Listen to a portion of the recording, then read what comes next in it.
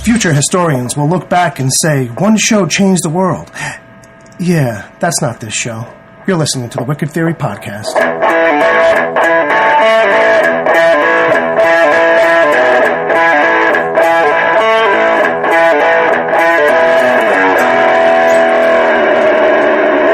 This is the Wicked Theory Podcast. My name's Bill Sweeney. I'm your host. As usual, I got my co-host. Ooh, you like that? I'm singing for you, baby. Ooh, take it easy. Take it down. I won't do that again. And over there, blowing kisses, that's my brother Bob. He's on guitar. Hello, everybody. Bob's coming out the closet this week. I don't know if that's in the notes, but we're going to roll with it. Oh, okay. He's going to save it for next week. I was supposed to save that. That was a surprise. All right. Today's a special one today. Today is a special one, kids. We actually we did some full-on show prep. Research. We went and saw a movie. Yeah, we actually spent money on today's episode. You guys spent money on today's episode. I've been spending money on every episode. That's true. That is very true. That is a little true. But I'm not going to hold it against you. So I'm glad you guys are on a team. You know what I'm saying? I'm glad there's a team, actually. There is. And we won't share with the public that you're spending other people's money. Well, on the show. It's I have no idea what you're talking about. But I missed that one. But I'm going to roll on. So, we all saw Ant-Man, but we're going to get to that in a little bit. At first, we're going to go over our usual bits here, the usual shits. Shit bits? Shit bits. Shit bits? I don't know. I'm on this one alone, kids. I guess you got the shits. I'm alone here, folks. It's just me today. So, did anybody do anything interesting before we get into stuffy stuff? Did anybody do anything interesting over the week? I think Dom's like the only one, really. To be honest with you, Dom went and saw the Foo. Yes, I saw the Foo Fighters last weekend. Was Dave Grohl standing or seated? He was seated. In his throne. In his throne. It was really great. He's a fucking funny man. He really is. Yeah. He, got the whole big story and everything about how he broke his leg, and he actually put up a slideshow on the big screen about how it happened. Yeah. He put up the video of how he fell. And he was like, he did like a little commentary to it. Right. Pre-recorded. He was like, yeah. Oh shit. Like, as he was falling. It was fucking did his own voiceover over it. Yeah, that's funny. Great. That's funny. It was really funny. He is a funny fucking guy. Because you like in the video, like that's what it sounds like. He's like he's singing, and then he like all of a sudden he just falls off the stage. It's pretty fucking funny. I haven't seen the video. I gotta check it out. Like it's like one of those like cartoons where like you fucking like Roadrunner's like running off the fucking. He just keeps running off the cliff and then he just drops. Then he just goes straight down. Yeah, I've seen some of those like pre-recorded performances that they put on like Palladium and stuff.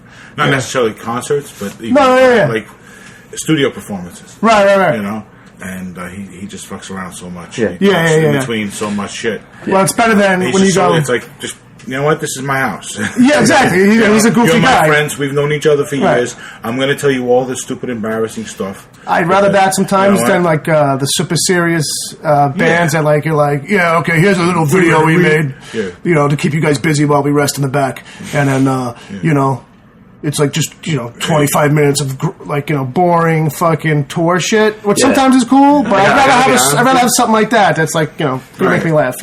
Last year, when I went to see the Zac Brown band, they actually took a 15-minute break. Yeah. And they just got off the stage, and it was like nothing going on. It was like like at least like when I saw the Foo Fighters last week, like they like Dave talked a lot of shit like while he was sitting in the chair for like 20-30 minutes, but as he was talking, the entire band was still sitting on stage playing like background music, like while he was talking. Nobody was like kind of what I saw. Right? Exactly. Like this band. Zac Brown band, like they actually took like a fucking 20-minute break, 20 minute, like 15. The whole studio, the whole auditorium's black, dark. They left the lights off for you guys. Exactly, that's horrible.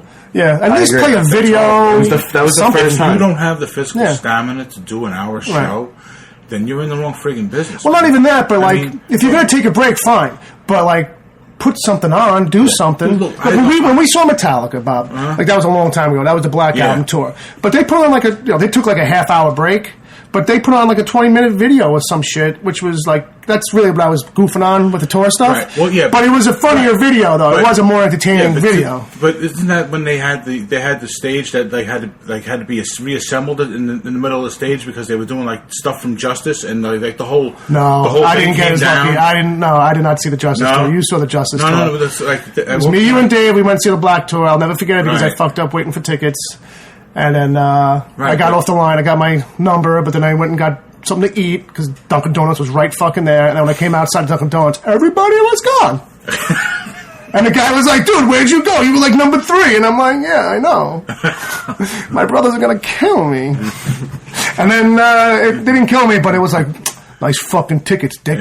That's basically what it was, you know? Like, you were there early, I thought. How long ago was this? This was in the fucking 90s. 1995. Something like that. It was like the only time I ever... Way back when. Oh, it was good days when Metallica was Metallica Light.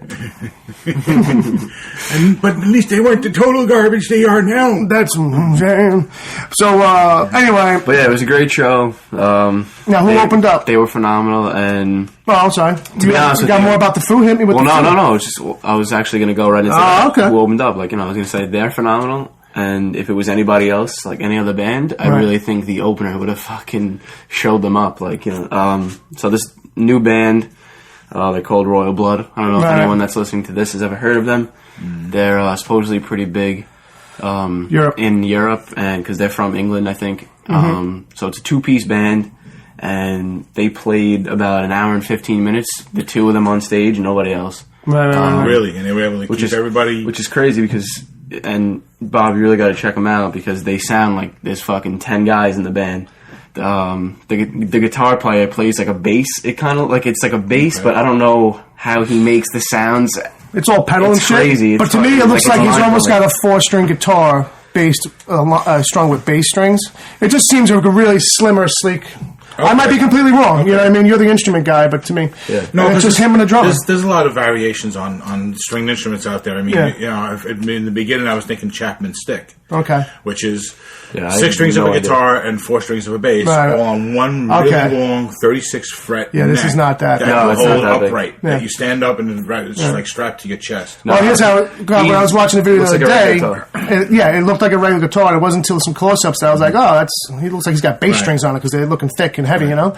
You can always get something like that. Man. Yeah, well, that's what I was thinking too. You get special. You take a guitar and you go to some guy who makes electric guitars and you tell him, I want to turn this into a small scale bass, and he'll make a couple of pickups for it. And that's how I think he's getting this. You get strings. I think that's how he's getting this. At the very least, it's a bass, and that's how he's playing it like a guitar and like lead, and that's how he ends up, with this fuller, meatier sound kind of. But apart from how good they were, I was just amazed at how they were the only 2 guys on stage. Like you see some of these bands, like not knocking the Black Keys or anything. I love them, but when they play another 2-piece band, when they play, there's like 5 or 6 people other than them on stage playing with them. So is that really? How would you? It almost has in my mind diminishes like Ministry.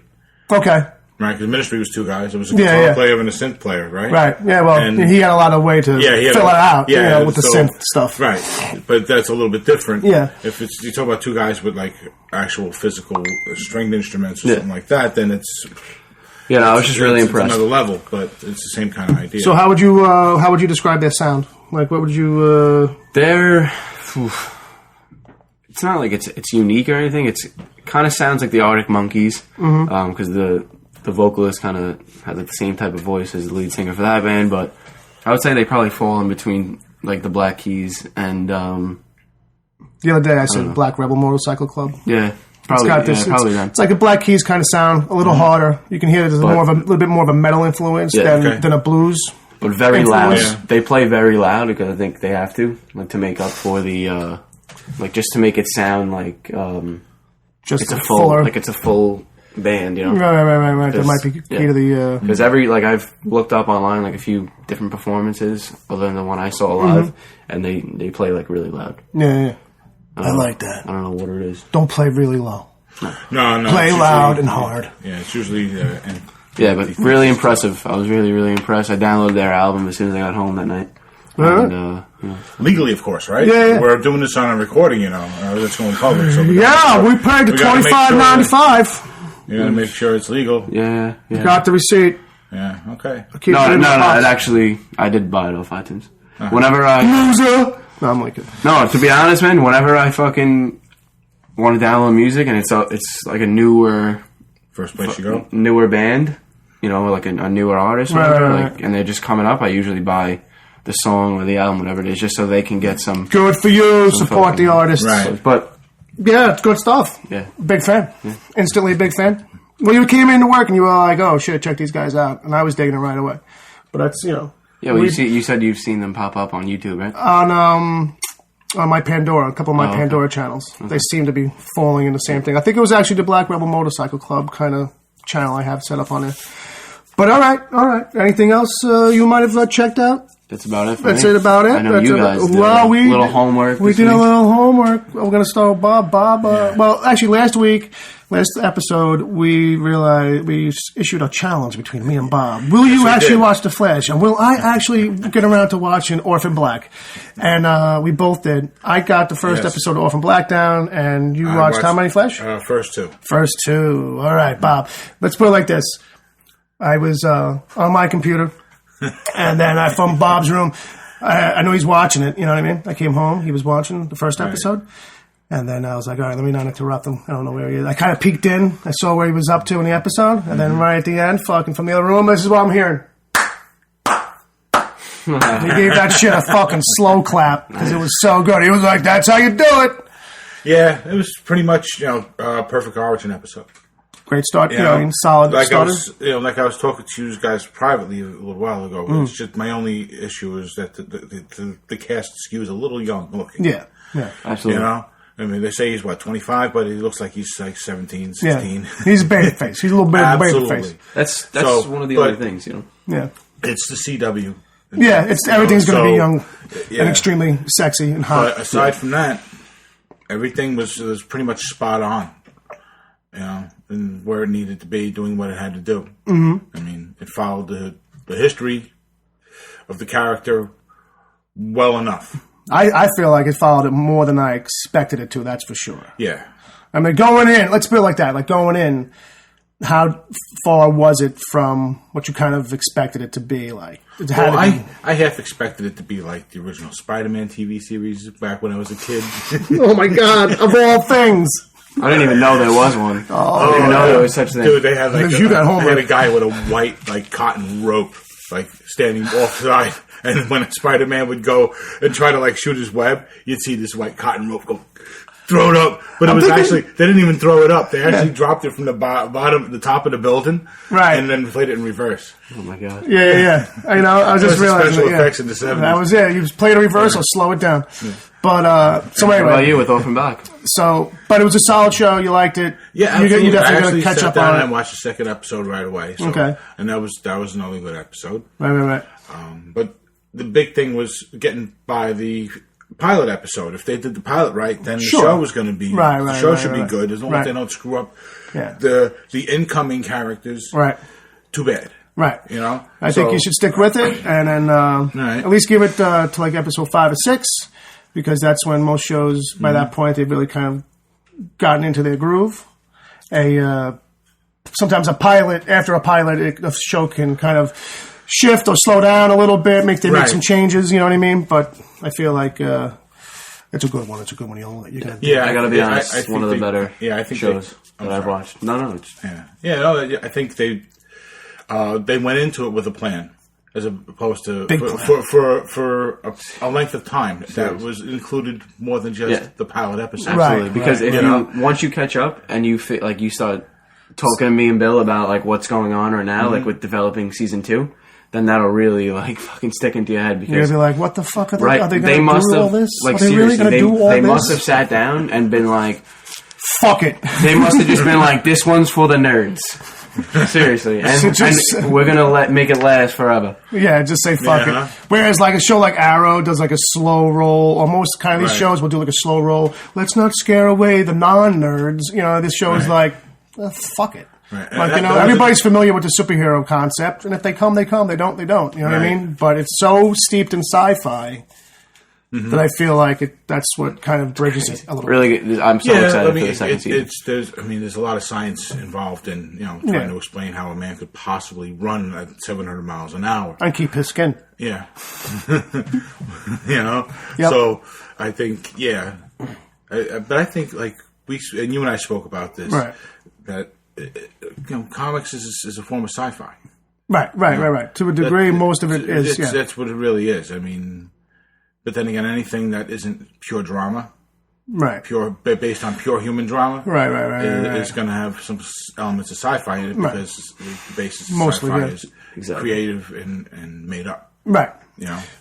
So, speaking of some sci-fi-ish stuff, I caught the Orphan Black. Episode 1. Yeah. And how did you feel about that one? And I loved it. I fucking feel like it's another super strong pilot right out the gate, first episode. Like you said about Flash, like I feel like that's a really great indicator of, look, not every pilot is always going to you're going to walk away super satisfied, like, oh, this is a show, I'm definitely coming back. Usually it's like, okay, it's pretty good, I'll check it out. Right. But Orphan Black, that fucking cliffhanger at the end, you know what I mean? I'm like, you fucking got me. I wasn't looking at the time. I didn't see that coming. That cliffhanger was actually a combination of things, because it's like, you're going into that moment, you have that constant pace of shit keeps happening, stuff keeps happening. Yeah, the episode builds like that. But then you have there's that classic drama mechanic of the ringing telephone. Right. Well, yeah. Right. And then it ends. All right. So what channel? So Orphan Black is seasons. It's a BBC show. They're actually up to season 3. The season 3 just ended. Okay. And I know what it's about. I remember you explaining. I just didn't know where it was at. Yeah, but it's to say it's clone stuff is not like giving the show its justice, probably, because to be honest with you, even coming out of the first episode, like, you probably wouldn't even think clones if you didn't know until like the last 10 minutes, maybe. Yeah. I won't, not to give it away in case Dom catches it, because I'd like him to. It's a pretty fucking cool setup, and as if you needed another show to keep track of. You know what I mean? We all suffer from it, I'm trying long term to catch up with Flash. Game of Thrones. Flash. I gotta catch up with Flash. Flash is quick. I mean, Flash is quick. I got you. I saw that. 2 seasons of Game of Thrones equals 1 season of The Flash. So yeah, that's true. There's only 10 per episode per season on Game of Thrones. So if you have like 50 hours plus whatever other shows. If you have 50 hours for Game of Thrones and then another 20 on top of that. Yeah. Because you watched 2 Flashes already, so that leaves you 20 more episodes. That's all right. I mean, I think you've got some free time. I think you got 70 hours. I think you got 70 hours you can clock in somewhere, Well, who doesn't have this 70 hours laying around? I mean, come on. All right, but I'm going to fucking definitely catch more of that. I'm definitely going to watch the rest of that season. Well, I don't know if it's on Netflix. It probably is. I think that's where it started to generate a wider following.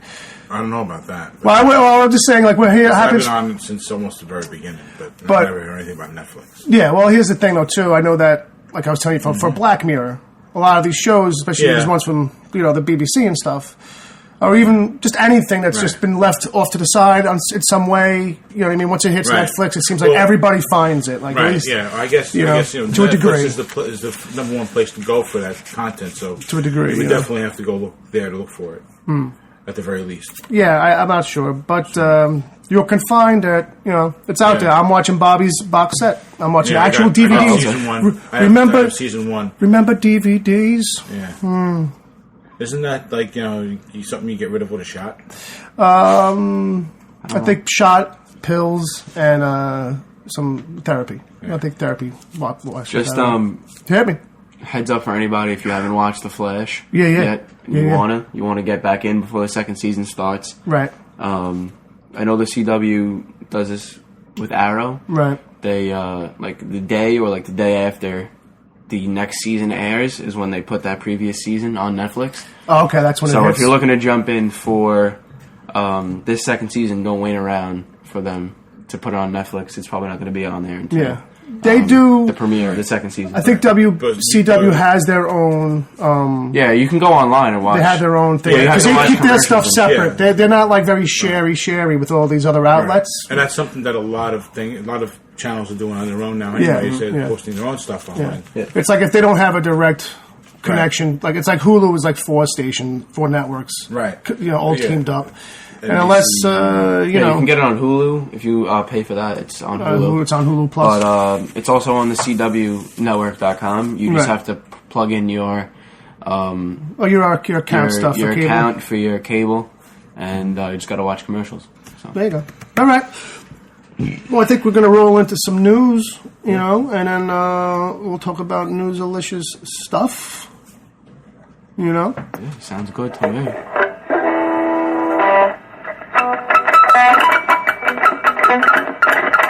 Not working out so well. You can.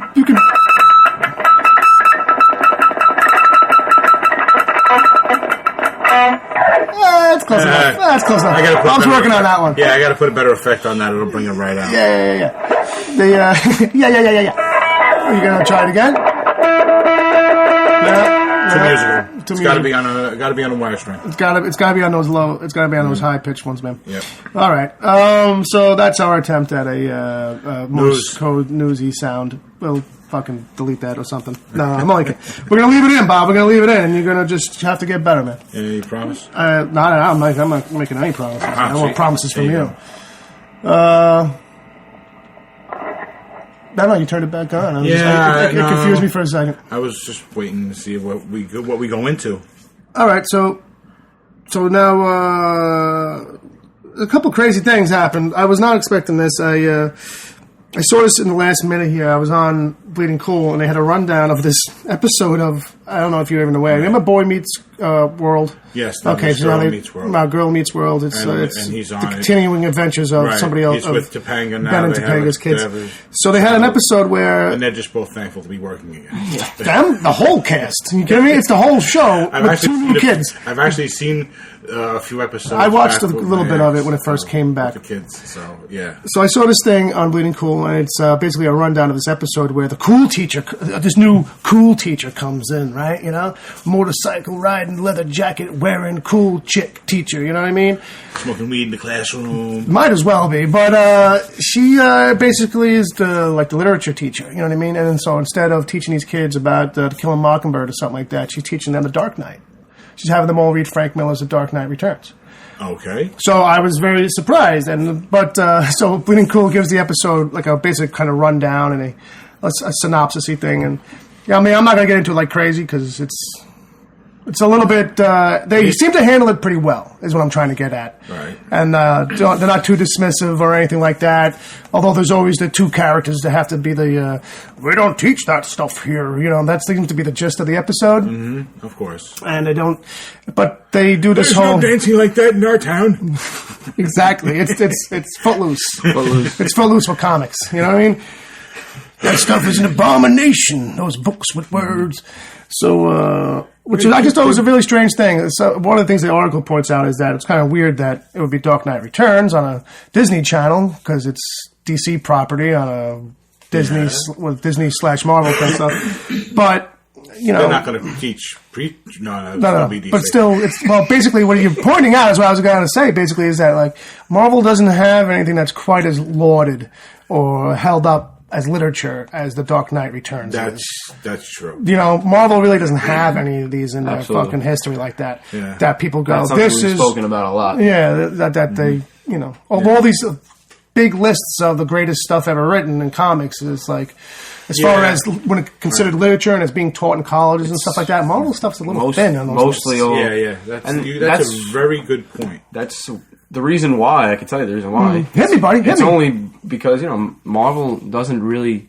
It's very rare Marvel ever does anything that's ultra serious. You know what I mean? Right. It's always, no matter what. I think that Marvel's heroes are just too corny and classic superhero-esque to be portrayed I think they could. The Dark Knight. You know what I mean? I think Marvel though overall is afraid to sometimes do those kinds of things, I guess. They have characters that can be like that. Well, that's what I mean. Absolutely. It's the same. It's about taking an approach. You know what I mean? You could do Deadpool. We could do Punisher that way. And they do. You could do Spider-Man that way if you want. And they do. It's true. They do put out, like, they have the Max line of comics, which is supposed to be more mature versions of characters where that curse and there's more gore or a little bit of tits or some shit. But, nothing's ever come out of that is like wow, this is a game changer. You know what I mean? And to be honest with you, since like the 80s, nothing, I can't think of anything that's come out like really that's been like, oh, that's a game changer, from either publisher, really. Yeah. I think stuff is maybe too dissected nowadays, but... Maybe Civil War. The Dark Knight isn't 70s, it's not... No, I mean, it's 80s. That's 80s. Yeah, it's 80s. Right? I don't know. I'm not sure what time period I just said. I thought, You said 80s. You said 80s. I should have said like 90s. But no, from like the late 80s on, there really hasn't been anything that's like been literary. It doesn't seem like it anyway. Yeah. No. Not from those two publishers. Well, that's what I was going to say. Like Civil War and Old Man Logan are great stories and they're really cool and dark comics, but they're not going to be taught in a college classroom. It's totally a mainstream thing. Right. It's nothing that's like trying to push the genre.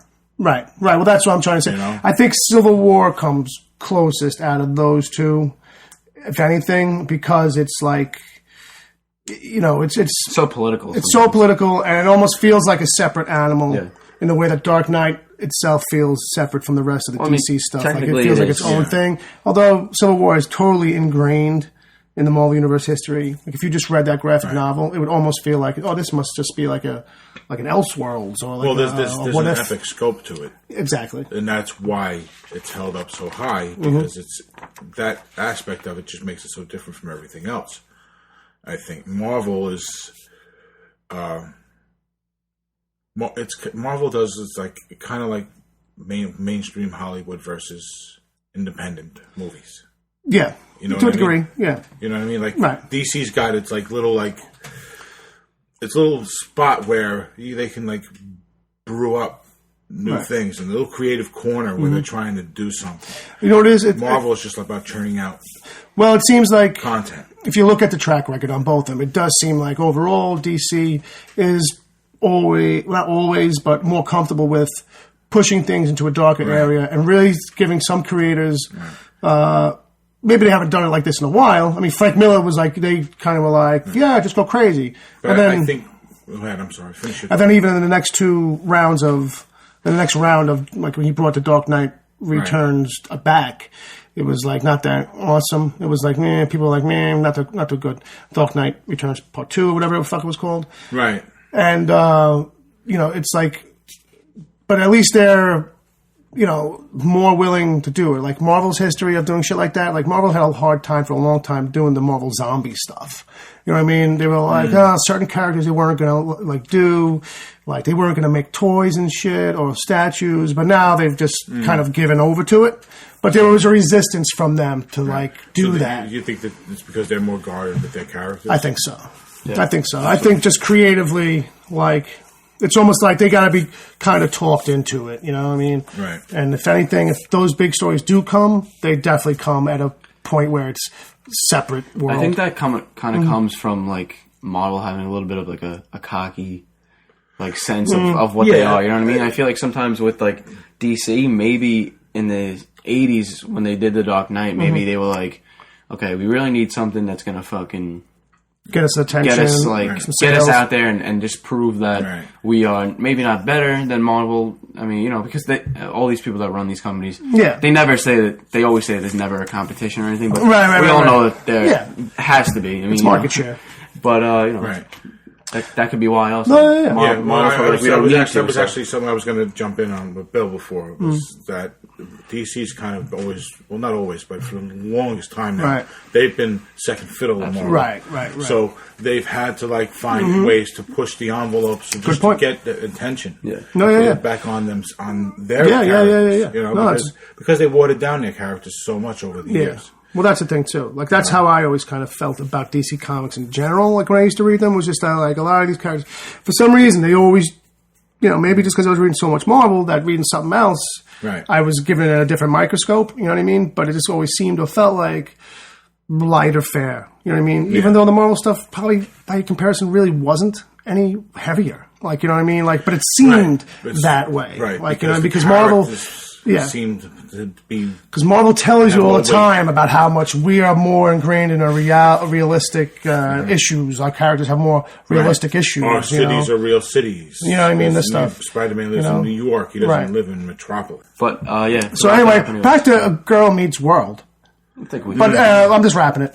But it was an interesting thing. I didn't see the episode. I just kind of read the description. And at the end of it, it seems like, it was really about trying to find a way to have a story about comics or literature kind of thing. The one thing I did kind of feel like reading the transcript-ish thing was just that, like, the students, I don't think that those it would have been nice to have been the eye on fly on a wall in a real classroom where that book was really discussed and see what kind of questions and conversations came out of it, instead of it just being so neatly wrapped up in a half an hour. Where it was like, you would have liked it to have ended with like that classroom, kind of like going out, leaving for the day, bell rings, everything, and then they kind of like fade to a real life classroom where they're discussing the actual comic. Well, I was just saying, just in general. No, I'm just curious. Well, I mean, that's exactly what I said, I think. But I just mean, like, in general, like the answers and what the conclusions in that episode, of course, are going to be cookie cutter and condensed down. Right. But, like, what was nice was actually that I just bumped the fucking microphone. What was nice was that actually, and one of the things was something like Don was talking about when he was reading, how he had to readjust how he was reading because the panels and the layout and the grid is crazy, like in some of those pages. Frank is like, drunk or fucking hopped up on something when he starts laying out these pages. Yeah. So actually in the episode, one of the kids, like, that was like something they were bringing up. And it was like, so it was actually like somebody actually was going to the book in the writer's staff of the episode was actually going to the book and looking at things. Okay, what would kids get stuck on? Like, you know what I mean? Okay, and make that like something somebody actually says. There's a lot of, because I just recently read it. There's so many things in that book that are like fucking just whacked out. What's going on? Get lost a little bit, like little confusing kind of things. Like, I felt like that too. It might not be because of like the way it's written or the actual story. It might just be because of the way it's laid out. Right. You know I mean? Sometimes if it was in like a bigger, like more pages and there was less, fucking stockpile on the page. I think it might be a more clear. But if it had a more intuitive kind of flow to the layout, because I think that's what happens. Is that a lot of times you turn the page on that book and it's like, where do I start? And it's amazing. It's a great book. Obviously, I mean, it wouldn't have the attention that it has if it wasn't. But towards the end, it gets fucking. It gets to be a little much. Wacky. It's like, let's wrap this up. Yeah, it gets to be a little confusing and shit at the end. It gets a little wacky, but all right. Another thing I had on there that I didn't put on the paperwork was a little Spider-Man thing. Bob, you got any Spider-Man guitar? Yeah. Go, Parker, go. So they announced who's working on the Spider-Man script for this new Spider-Man movie. Terrible.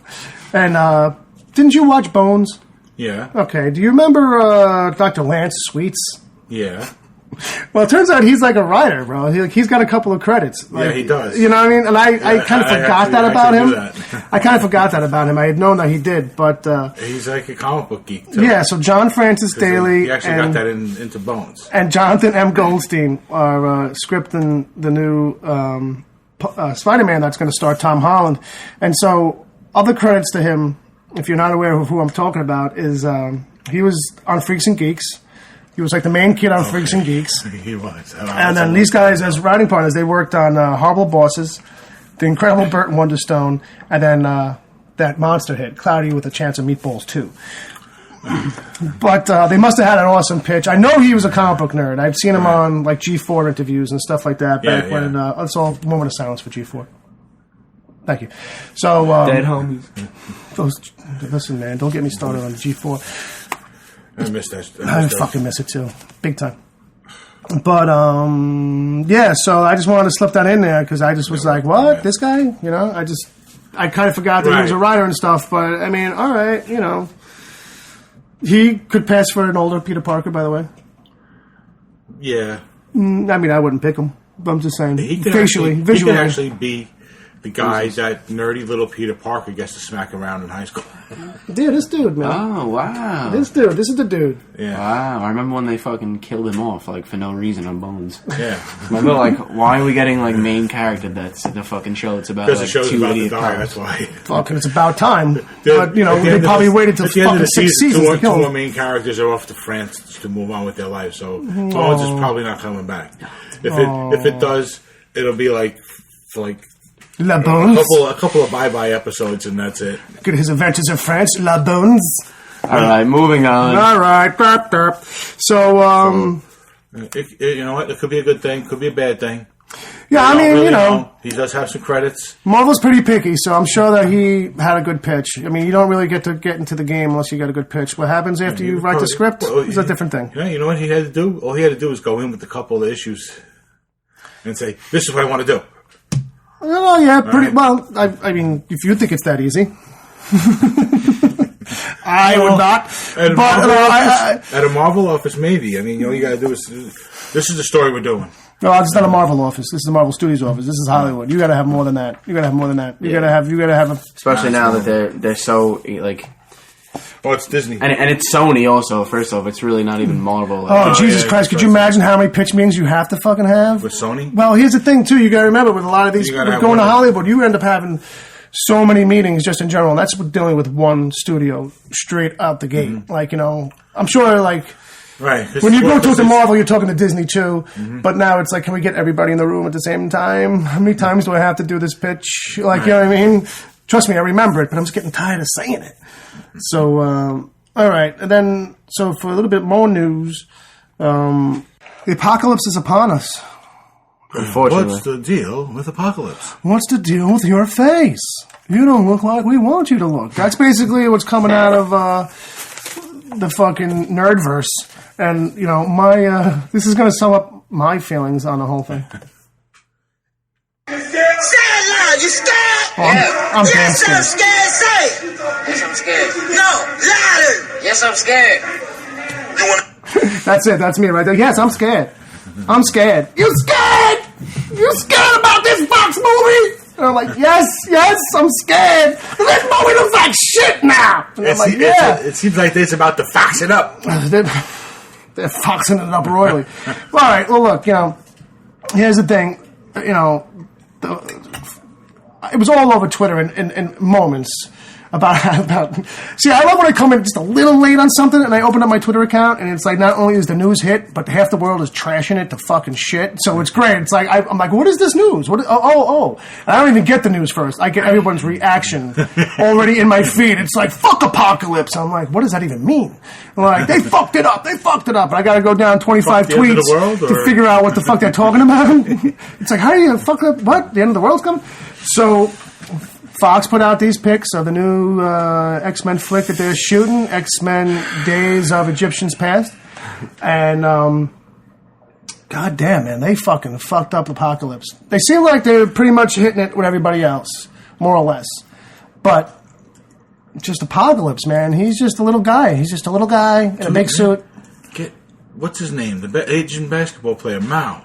And put him on this guy's shoulders. Put this guy on Mao's shoulders, right. And then he's about the right size. Just put him in Gene Simmons' boots. That's what you would have had to do with this guy. Is just put him in a fucking pair of boots, man. You know what I mean? We don't have to see his feet. We don't have to see his legs. Yeah. Just shoot him from the waist up and have him be bigger than everybody. So I was trying to find it. I kind of lost it on my thing here. I thought I was saving it. Oh yeah, I did actually. My bad. But I want to show Bob. I don't know what Dom is showing you right now. That's Ivan Ooze from the Power Rangers. Oh, yeah. Doesn't he look like him? So, that's what happened to me. Like, so when I looked at this guy, yeah, you know, I was like, hey, you know, he looks familiar to me, and I couldn't figure it out. Like, he looks like that fucking cosplay Power. That looks much better than fucking anything. That's awesome. So one of the things is they go all these fucking cosplays that look a million times better, and then I've seen so many great fucking like. And then I want to show Bob about guys who have a budget of $200 and whatever cardboard they can find.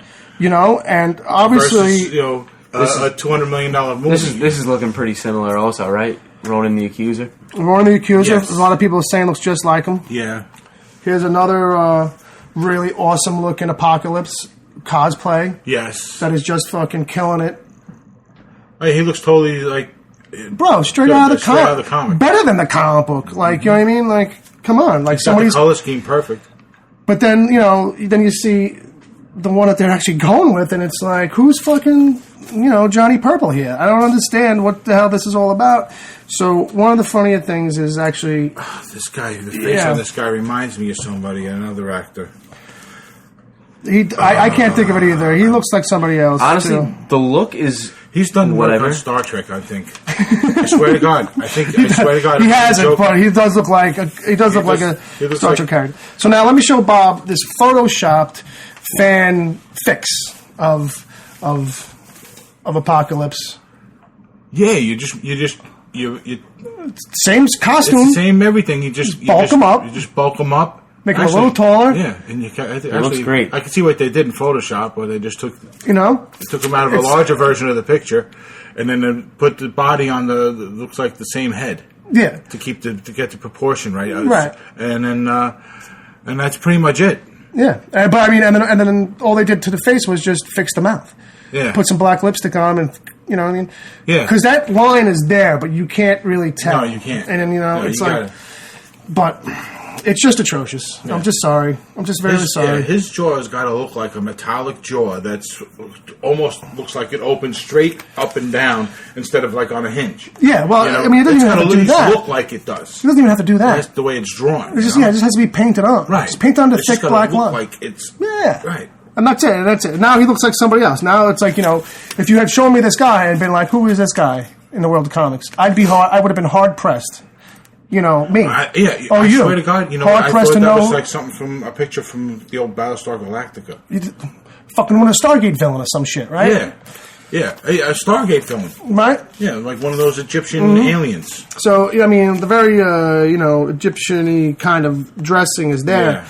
So the only thing I'll say about the Psylocke costume, because everyone's like, oh, Psylocke is perfect, is that until you really get a good look at it, you don't realize how much of it is, again...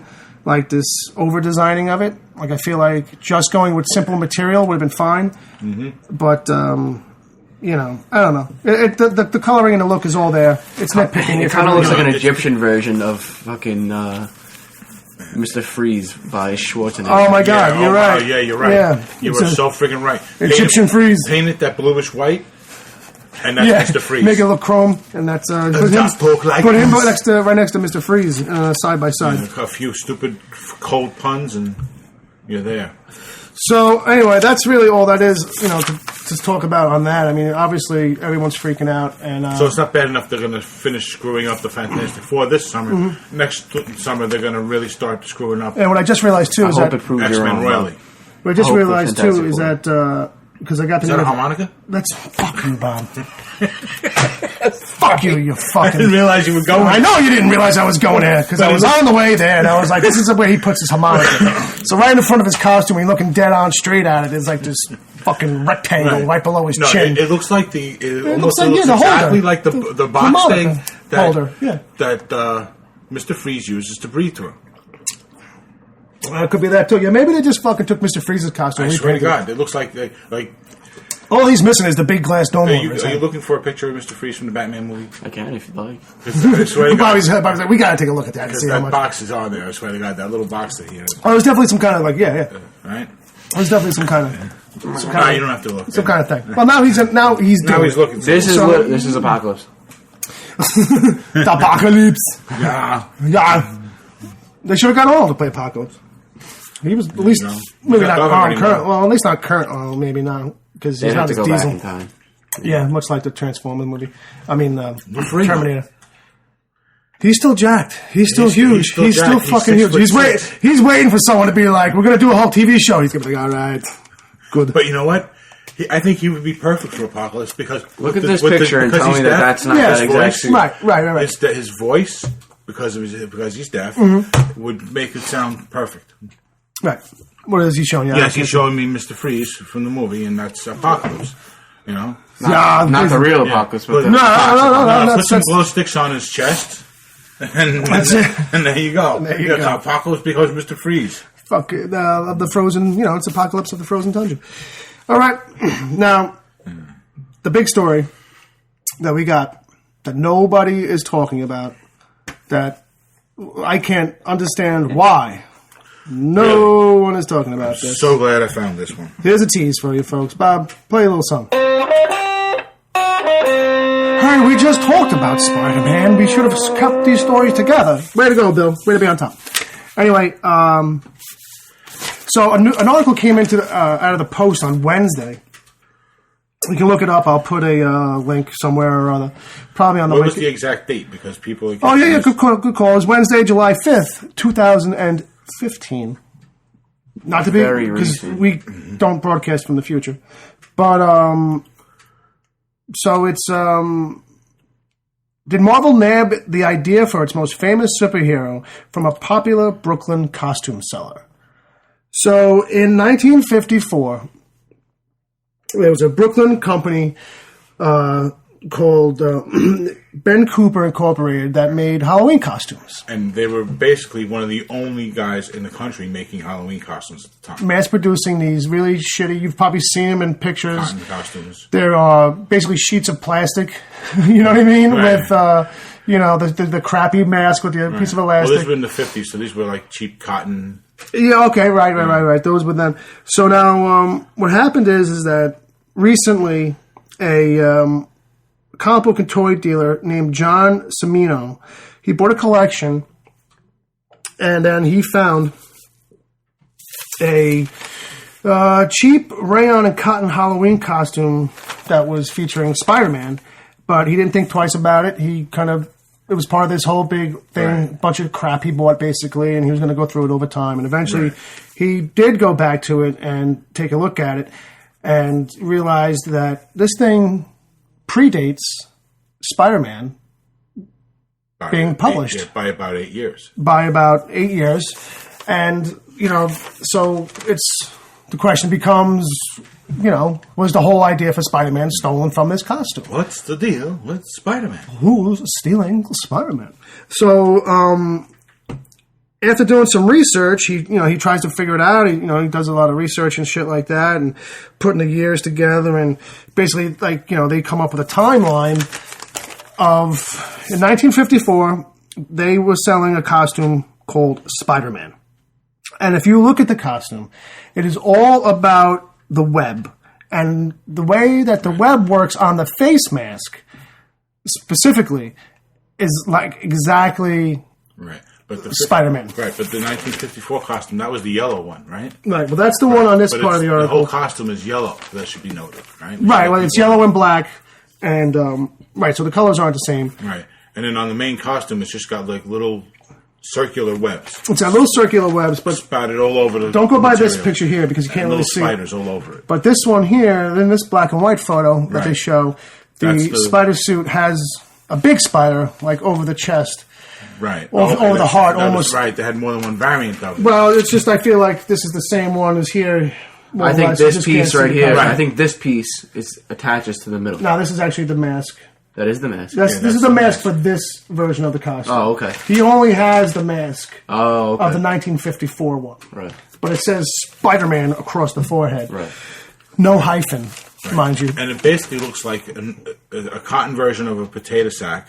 Yeah, it almost looks like a homemade kind of thing somebody would have whipped up. 1950s. Yeah. It was Definitely, if you're interested in this, definitely look up the article Right. online so you can get a sense of what we're talking about, like an image in your head. Yeah, I mean, it's going to be hard. Yeah, that's a good point. It's kind of hard to describe it and get people's... They have to see it. They have to see it to understand why it feels like a lift. All right, so according to this loose timeline that they're putting together, okay, is that in the... All right, so in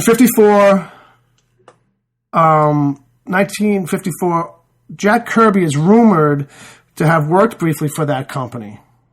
Now, what happens in the origin and creation of Spider-Man is that Stan Lee went to Jack Kirby to design and draw the book, got about 6 pages in, and Stan was like, no, it's not working. I'm going to put Steve Ditko on it. Steve Ditko comes in, and to this day, supposedly it's always been taken that Steve Ditko did all the design for Spider-Man. But Kirby must have done a pass if he did 6 pages of Spider-Man. So maybe, Ditko's got, credit because he's designed the current Spider-Man that we all know and love. Right, the issue that went to press. Correct. And the version that we all know. So now the question becomes, did Kirby's original pass basically just redesign the costume that he might have designed when he worked at Ben Cooper Inc. designing kids' costumes? Right. So that's the way that kind of runs. In the late 50s, Ben Cooper alters its Spider-Man costume design, swapping the bag-like mask for a yellow plastic spider's web. And that's sold until 1962. But then in 1962, that's when Spider-Man's created.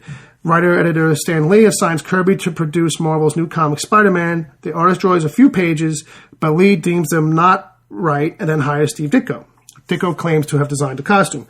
In August of 1962, that's the cover date, Amazing Spider-Man debuts in Amazing Fantasy number 15.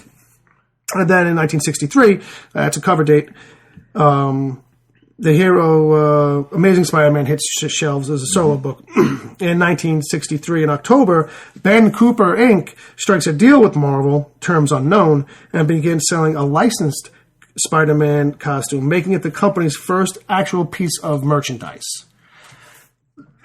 So the question becomes, was there any backroom conversation about the designs? And was this deal struck because Marvel wasn't doing any other merchandise? Superhero costumes were not a thing. Spider-Man was barely even on the stands. Right.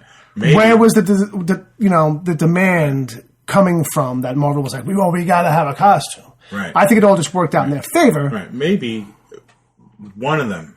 Mm-hmm. Now, I know that the article speculates that the guys from the costume company maybe went to Marvel to pursue the license, but maybe Marvel, having gotten wind that there's someone in the company who worked for them, right, and worked for the company, worked for the costume company in the past, and had come up with a design, and they got wind of it, and they went to them and said, "Hey, we have this thing." And so that's what Cimino, the guy who found this stuff, kind of postulates in the article. And he says, well, when Spider-Man hit the stands in 1962, I think that Ben Cooper saw it and thought it looked like his costume. And then went to Marvel Head, which was Martin Goodman at the time. And I think they came to a deal where Cooper said, listen, this looks a bit like mine. I don't think it's a big deal, but maybe we can work something out. And, this guy says, he met Stan Lee once and actually asked him about the deal, but Lee had no recollection. And then Cimino also goes on to say, well, no one's going to talk about it because there are billions of dollars at stake. You don't know if the Ben Cooper heirs are going to come out of the woodwork and sue or something. Then the article ends, and if they do, expect to find them hanging from a lamppost tangled in a web.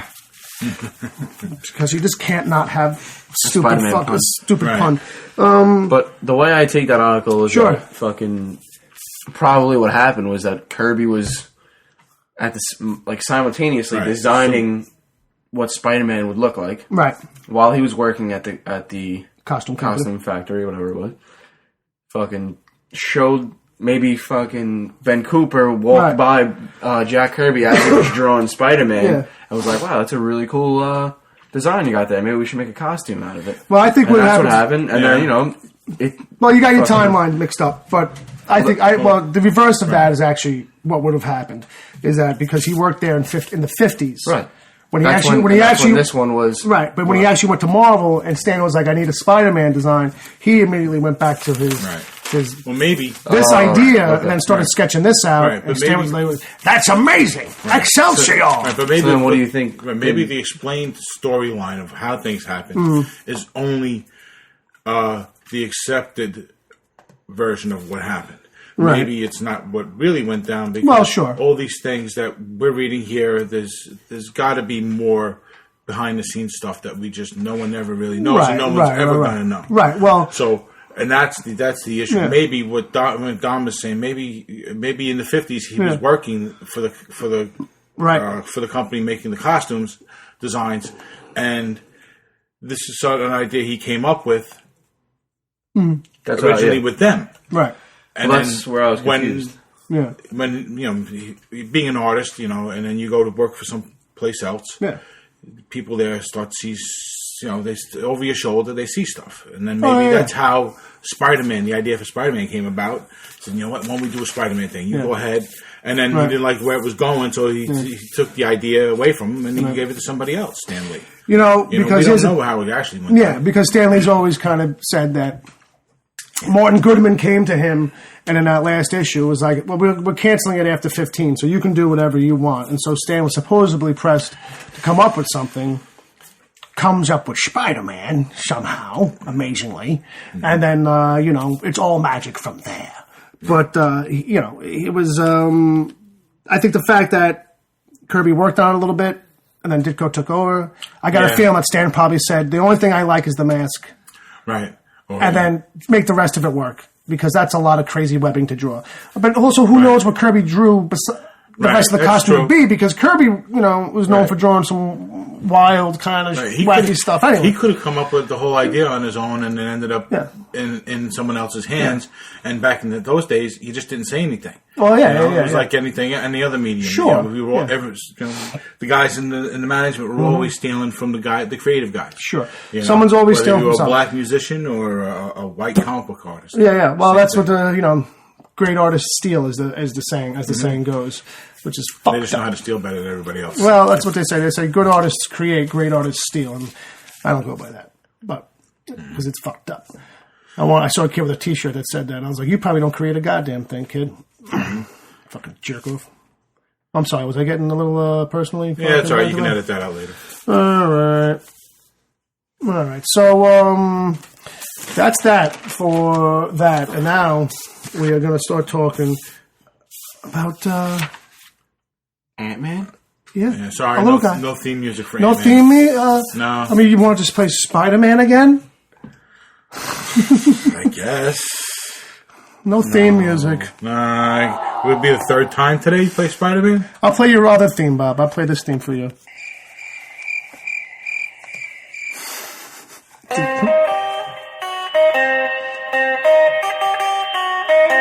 Wow. That's very surfy. Yeah. Surfing Man. I thought that'd be a little more appropriate for the era the music was actually written in.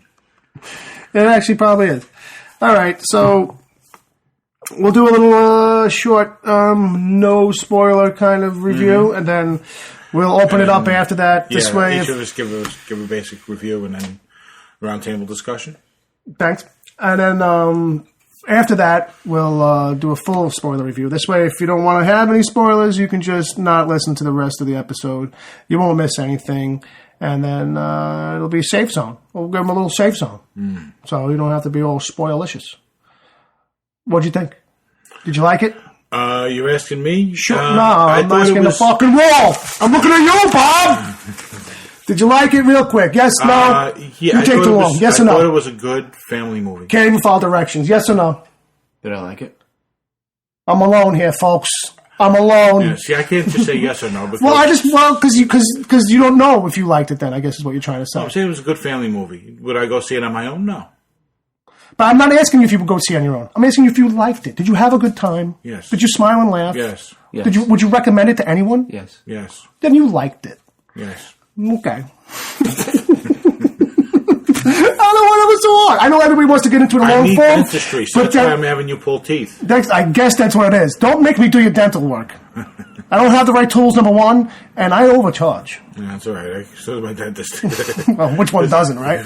He just overcharges the insurance. Well, what I'm just trying to say is that, overall, I think we all liked it. It was a good movie to a degree. We'll have some bones to pick about it. I think I was going to save the bones to pick for the spoilery stuff, because I think the bones to be picked, you have to give away some shit. Yes. So that's why I'm just trying to get a little bit of a shorter, overall family. Really feels like a family movie, though. Right. Bob's tired. He's going to leave. Nah, I'm good. The crowd is upset. Nah, I basically took a nap. You did? Leading into today, because I got to get up real early. I feel like you were napping right during the show. Kind of. I got nothing. I got to go get my fart soundboard? No, I got one of those too. Right. You don't have to go get yours. You got one instrument. You rock that, bro. You know, right. I'm going to rock the soundboard. All right. You know what I mean? Okay. You do that. Bob's annoyed with me now because I fucking put him on the spot. No. Because I was like, give me an answer. And he's like, well, fine, I guess I will. And puts his fucking fan in his fist and is like, I'm all annoyed. You wouldn't let me just pontificate. I'm leaving room for pontification later. I got it. I'm just saying. I got it. You're explaining it to somebody who doesn't need explained to. Continue. Obviously, you needed a little bit of explaining. Because you was not giving me a yes or no when I was just asking for a yes or no. But what I've learned is maybe you're not a yes or no kind of guy. Yeah, I guess I can't just say yes or no. Okay, all right. I will bear that in mind in the future. I guess for such things. I don't know. We'll see. Tom, you saw the movie as well. I did. You did. You liked it? I liked it. You liked it a lot or a little? I liked it a lot better than that other Marvel movie that came out this year. Oh boy, I know which one he's talking about. Because I feel the same way a little bit. Really? Well, look at it like this. It's this is the no spoiler zone. So it's, yeah. You know, it's really fun. It's funny. It's good. It's light. Yeah. It's good. It's safe for the kids. There's some shits. There's definitely a bullshit and a shit or two. There was a pussy. They said pussy. Well, they implied it. No, they said it. But they didn't mean it as a vagina. They meant it as chicken shit, right? They still said pussy. I don't really care. They still said pussy. That's true. There was a trend. Oh, no. Because it was like pussy, and then it was like but I think you heard like 5 curses the whole time. 6. It wasn't a lot. 5 instances. I would say most of the time it was shit. They just kept on saying shit over and over. Because it was like, oh shit. Yeah. You know, so I don't think that's a big deal. Speaking of oh shit. Kids pick that up from their parents when they're like 6. Speaking of oh shit, me and Bob are sitting in the theater, right? And you know how at the theaters, at the UA out here, you know, it's like... in the middle of the rows, there's a big space. There's a big space where it's got a couple of seats where you can just... A big walkway. You're in the middle of an aisle, giant aisle, you know what I mean? But you get your own kind of spot to yourself a little bit. Right. So all of a sudden, fucking... So that's where we're sitting. A school bus must have fucking pulled up. Right, no, because we're saying, wow, it looks like... This is the opening weekend. This place should be packed. We got, like, the best seats in the house. Yeah. No one was really in there. So, and then all of a sudden, no sooner do I say that to him, and it's like...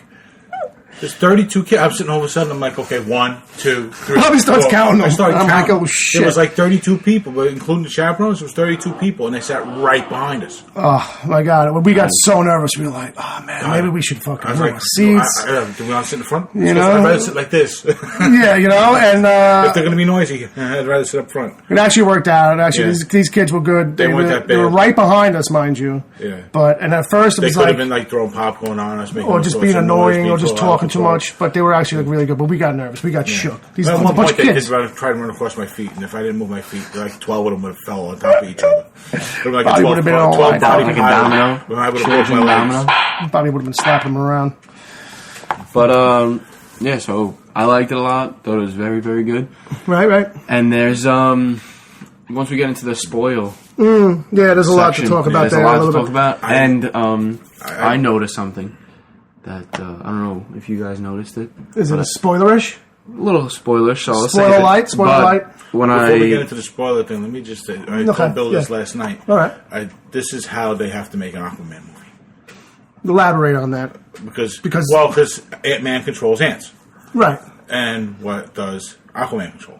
He controls the fish. I thought he was just water because he was aqua. Oh, no. He's like a water boy. No, because then he'd be able to control the universe because he can control hydrogen and oxygen, so he can control all the molecules too. That's a good point. So that's a good point with water-based heroes, kids. They're really coming up short. Yeah, really. But no, I think it's a fair point to a degree. But I think also too what they're going to really try and shy away from is anybody's connotations with the old school Aquaman, who was where like that was his only go-to thing, like seahorse, dolphin, fucking fishy fish. Like we're not really going to go that hard. But I wonder if in like that new Batman vs. Superman trailer, if that like one like really split-second scene when like you see someone diving like into the water, I wonder if like obviously that might not have been him, but maybe if that scene in the movie is gonna tie into Aquaman or something because we'll see a fishy dude come swimming up. There's supposedly something with him and I think. Sorry. Jesus You Christ. can't swipe the pages on this soundboard without triggering it. I'm sorry. I'm going to close that. Supposedly him and Cyborg are supposed to be buddies in the movie somewhere. Before we get off into the trailers, though, we should finish up with Ant-Man. Absolutely. Because I definitely want to talk about... Well, he wasn't saying let's change the whole thing. No, I know. I was just trying to make sure we got back on topic. Right, okay. All right, so... So, does anybody have anything non-spoiler they want else to get to? No, I'm good. All right. I'm good. So from here on, we're gonna spoil the whole damn movie for you, more or less. If you haven't seen it, go see it. Come back to this episode later. Hear what we have to say. Yeah, we'll still be here. We'll wait for you. Maybe we'll have something interesting to say. Maybe not. Mm-hmm. So back to Ant-Man. Ant-Man doing that stuff that an ant can. Yeah, someone's gonna have to come with a theme song. Yeah, he needs he needs like a main line thing there, man. Yeah. Michael Pena should come up with it. Who? Why? And Ennio Michael Morricone. Pena. Who's Michael Pena? He's the guy in the movie that makes some funny jokes. The Latino guy. Oh, yeah, it's not T.I.? Yeah. No. T.I. No, not T.I., the main guy. That's his name, Michael Pena? Yeah.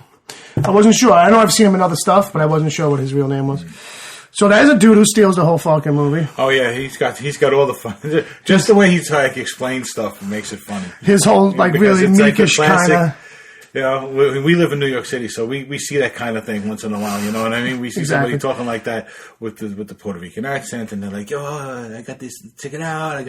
This one told me this, and this one told this guy, and this guy is friends with this one, who's cousin with this one, who's friends with my girl, and she tells me." That was fucking funny. Man. That was good. That was good. And he's like, "All right, just give me facts." And he goes over again, and it's a lot of the same shit. All right, so what you're telling me is this. Yeah. Oh yeah, right, exactly. Basically, but he's like definitely the comic relief. So one of the things that is really great about the movie is the comedy shit. You know what I mean? Is the comedy stuff is much more of it than I thought there was going to be, right? Mm-hmm. And all of it feels like it works. Like you know what I mean? A lot of the jokey stuff. I didn't really feel like there was any clunkers. I didn't, you know. No, I mean I thought one or two were a little. I didn't think that the one-liners, any of the one-liners were bad. I felt there could have been and probably should have been a couple more. Okay. All right. Yeah. You know, I felt like there were spaces where one-liner here or there would have like helped.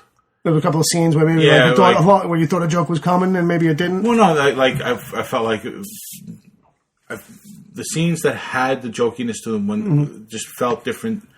Things felt different when they didn't have like a one-liner in it. Right. So when those scenes went on a little while, I started thinking, gee, you know, where is it? You know, I was kind of looking for it. Right. You know, and it didn't happen. So maybe that's just me. Right. Because like we all have our way of finding you ended up exactly where I said, just so you know. I tend to do that, I guess. I'm trying to break the barrier too. I'm trying to give people a little bit more of I don't know, us going at each other or something. I don't know. I'm going to start attacking you. And you. Okay, that's fine. And you. We're brothers. I'm trying. That's what I mean. I'm trying to rile it up a little bit. I'm trying to bring up some drama here. I got you. All right. Yeah. So what about you, fuckface? What about me? I don't know. Yeah. Did you fucking like the fucking movie or not? I thought you fucking asked me. I did. All right. So what about this? You know, there was one scene in it that I just thought was like a little. Oh my god. But all right, you know what? I'm sorry. We're going to get to that. Yes. We're going to get to that because I had an issue with that too. Which one? Well, there's a scene eventually where he's shooting at. No, Anthony, no. When Anthony dies. That was fucking funny. But it was like just one of these miracle kind of shots. I mean, he shoots and he happens to catch the ant. Yeah, it's like. Don't get me wrong. He definitely shot a few times and caught nothing. Yeah. But he shoots. So he catches. Here's the thing for me. He catches the ant. He doesn't get Ant-Man. He gets the ant. Yeah. All right? The thing for me with this movie, like when there's a clunky little scene like that, it's just like you gotta sit back and tell yourself this is Ant-Man. Right. So no, you go into any movie with a certain level of what do they call it? I know it, and I should. I'm just waiting for you to see. I'm just waiting to see. Suspension of disbelief. Yes. You know, you go into a certain suspension of disbelief. Yeah. You know, but once in a while, something happens that's just like, oh, come on. You know, and that's what that was for me. It kind of pulled me out of it. It was just a little too... Absolutely. I felt the same way. I mean, I saw it with my girlfriend, and she thought Anthony was the cutest little thing. The entire movie, she loved the nickname and everything. She thought it was fucking awesome, but when... Get her a little ant farm. Say, that one's she wouldn't like that, though. She wouldn't like that. No. But where am I going to put that? When he dies, like, she pretty much said the exact same thing Paul Rudd does. Annie, no. Did she squeeze your arm pretty or much, something? And I just turned to her. I was like, it's going to be all right. I didn't even say anything. I was just like, stop. Stop. You fell for it. You got sucked into their bullshit. Mm-hmm. All right. Well, you know, okay, so there was a lot of speculation about how they were going to really set up this whole Hank Pym dynamic of putting him into the Marvel Universe. How do we feel about that? I mean, that stuff seemed like they worked it out to a satisfying degree. I mean, it's not going to be like the comics, obviously. Right, but, you know, Ant-Man is probably the only character in the Marvel Universe that you can just totally redo however you want. Mm-hmm. He's a character they've had such a hard time doing anything with, in recent memory anyway, that you might as well just let somebody go with it. Right. And that's what they did. They went against their script and guarded their character and decided, okay, let's give this guy to somebody. He wants to do it, let him do it and see what happens. And it worked. And it worked in the only way that character really could as a family movie. This movie, I don't know if either one of you guys realized it. I'm sure you definitely did. But it's like really just the bridge from... you know, regular Avengers and Captain America, Iron Man movies to now Civil War and now to the Doctor Strange whole fucking universe. Some people looking at it as we discussed those aspects of it too. Some people like referring to it as a palate cleanser. Yeah, like it's a way to kind of say, okay, here's a break. Here's a movie that's kind of like a, you know, it's a break from the ultra serious tones that we were getting. But it also means a lot. Absolutely. That's the thing, you know, like it no one, I don't think anyone besides people who are so inside, like the whole comic book and superhero movie type of things would realize, because, you know, we know what's coming in the future. Right, we can see how we know how this is developing that so much, like with the whole... Marvel Cinematic Universe? No, yeah, obviously, but with the... Civil War? Fucking Doctor Strange thing. What is that called? Oh, okay. Like the time and space. Right. So he goes subatomic. Subatomic, right. That's the word I was looking for. And we were talking about this too. So here's the thing. You know, Kevin Feige kind of hinted at that too, about how like you were going to see something in this movie. He was getting very vague about it, but you were going to see something in this movie that was going to give you a feel or a sense or a hint of what's to come in Doctor Strange. So, number one, the fact that they called it the quantum realm in the movie, I knew that meant that we were going to be there again, and that we were definitely going there by the end of the movie. Yeah. Because once you call something a fucking realm, that means we're going to visit. Right. It's a place to go. In Marvel, that means it's a place we're going to go. Right. You know? And so that was kind of cool. That's very true. And then, you know, I got a feeling that, you know, I'm going to spoil the future for people, but eventually, either Ant-Man 2 or Ant-Man 3 or some other adventure, Ant-Man and the Wasp are going to go to the quantum realm and they're going to go rescue and capture her mother. Absolutely. Mm-hmm. That's just a lingering thing. Yes. I thought that was going to happen in this movie. I thought so too. I actually thought he was going to pull her back too. I was waiting for that. I thought he was going to run into somebody. I didn't know if it was going to be her or if it was going to be Doctor Strange. Right. I didn't know if you were going to see him just like sitting there like meditating. Like. So supposedly Peyton Reed, the director, I put a video. I didn't put it up. I don't know why I was going to say that I posted it. I don't work at a comic book site. But on Bleeding Cool, they put a video up of him doing a quick interview where he said that if you look close enough, somewhere in that whole scene, you can actually see somebody. I don't know what that really means or how much you can actually see, but I'm not in the theater now, so I don't know what the fuck it could have been. Yeah, really. I mean, it would have been nice to know in the movie. Yeah. When we went to also, the movie. They were talking to him about Easter eggs. This is how that came up. I just saw something just now that came up, and I actually noticed it when I was watching it the first time. Like Easter eggs. Supposedly towards the end when Falcon's having that conversation on that like park bench. Okay. With that like Asian girl, she was like the reporter or something like that. Yes. Supposedly, that's early on. That's early on, or at the well, end? I think it's near the middle actually. Because well, it's like.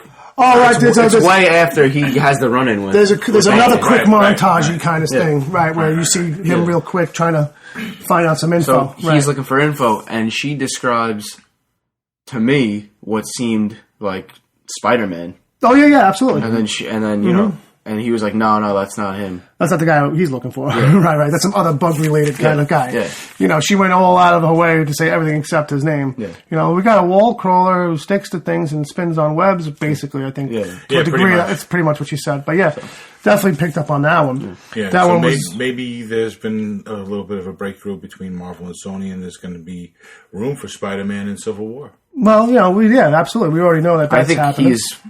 You know, I don't understand why they would go through this whole fucking, you know, process and not have him be in it.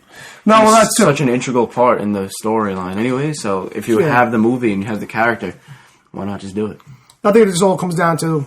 Well, I think he's definitely going to pop up in there. I think the question is... I mean, and we know that he is because, you know, he's been told to report to that set. But it's a question of, you know, how much of that movie is going to follow that book. And is the whole thing with Peter and / Spider-Man and the way that he's involved in the story in the book going to be the same exact kind of thing as I do here? Well, another thing, he's, you know, we know right off the bat that he can't be that involved because he's cast as a, you know, young teen. Yeah, but that doesn't mean anything, I don't think. Well, in Civil War, he was like an adult, bro. Yeah, but that doesn't mean anything because I think the whole... But that's the whole conflict is that has nothing to do with his age. No, but what it has to do is that Spider-Man is so well established already at this point, and he's been around for 20 years. Yeah. But that's not what it's... If the actor for Spider-Man is 15, well, like that's how old he's supposed to be, right? He can't be, you know, that well known at that point in time. Well, I think that what they're playing... It was such like an iconic figure for him to take off his mask in that... Well, I think what we're playing with in the Marvel Universe now, moving forward with Spider-Man, is that he's always been there. That they're going to play off like, just much like this girl on the bench did, where she's like, oh, no, we got a guy who's running around saving people, basically, in Manhattan. This is like everything she didn't say. But, like, that's what she's intoning, is that, oh, no, there's a guy, he's been hanging around, you know, web-slinging kind of dude. You talking about that dude? And he's like, no, I'm trying to find Ant-Man. But I think that's going to be Marvel's approach, so that theoretically does have impact. That those movies kind of did mean something. They did have some weight, because I'm sure Sony doesn't want to just disregard those movies either. Sony doesn't want to be like, oh, so those movies mean nothing now? You guys are just going to, like, disregard our stuff? You know what I mean? And Marvel's probably fastest, easiest way is to say, no, not outright, but, you know, we are going to move forward. See, because here's the thing with Peter in that book, is that it's about his identity being revealed to the public, and he doesn't want any threat to his family. So whether he's 15 when that happens or 23, it don't matter. But it actually makes, to me, it makes a little more sense to have him be conflicted because he's a kid, and also be able to kind of write off any rash decisions he might make out of this as him being young and not fully. Well, you know, there's a different set of eyes. You look at the world when you're 15 versus 25 / 30. You know what I mean? So I'll tell you what, though, I'll be really surprised if they do have Spider-Man take his mask off in the movie, because, like, you know, that's the whole thing with Spider-Man is his identity, and you know he's you know on the docket for 3 solos, right? 3 more solos. So unless they do those the next few years, unless they do those with everyone knowing that he's Peter Parker, or do them as a flashbacky thing that takes place before Civil War happened, right? No, I hear what you're saying. It's like, how is this all going to work out and line up? And I agree with you. Like, they probably won't have him do the big reveal that he does in the Civil War books. Although we are kind of spoiling that if anybody hasn't read it. But back to Ant-Man. Let's get back on track with the Ant guy. Insect Boy. So we were talking about how the realm is going to be like a glimpse into the world as Doctor Strange, or at the very least, this exposure to giving the audiences exposure to other realms, and that there's more to the universe. The whole concept, because it's some people.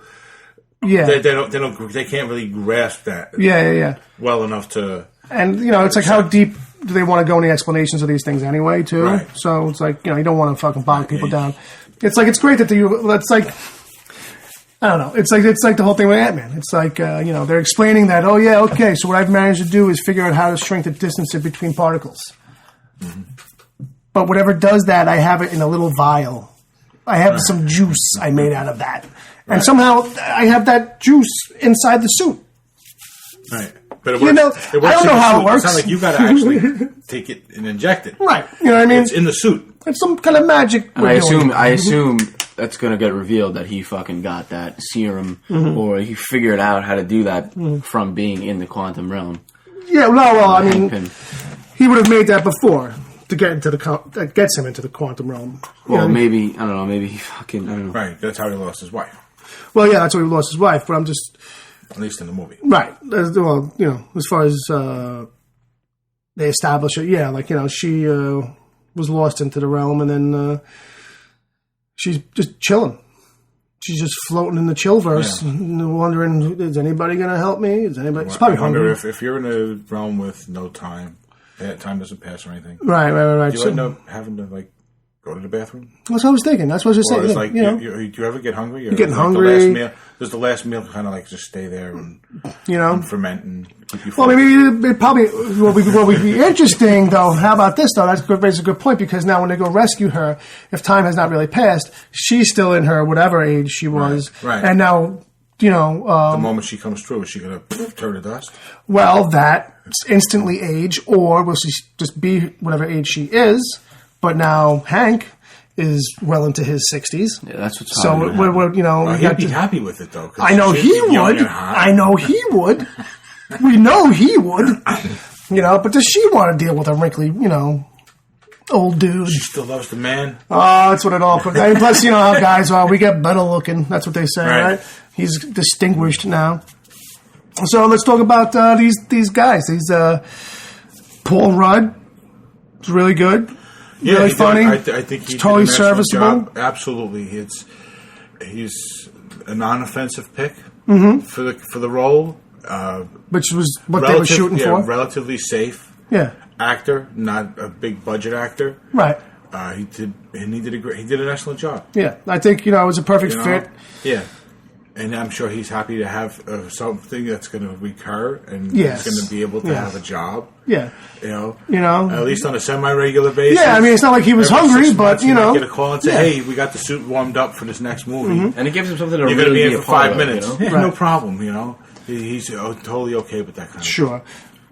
And it just gives him something to really be a part of. Like I feel like I like him. He's a good actor. He's funny. He's charming. But anything he's ever really done is fucking low-rated comedy. It's the middle of the road stuff. Besides Anchorman, what's really turned into anything? That's exactly why they picked him, though, because they don't have to pay him big money. Yeah, he's an experienced actor, and I'm sure they had him come in and do a screen test. Yeah. So they were like, you know what? This is the guy.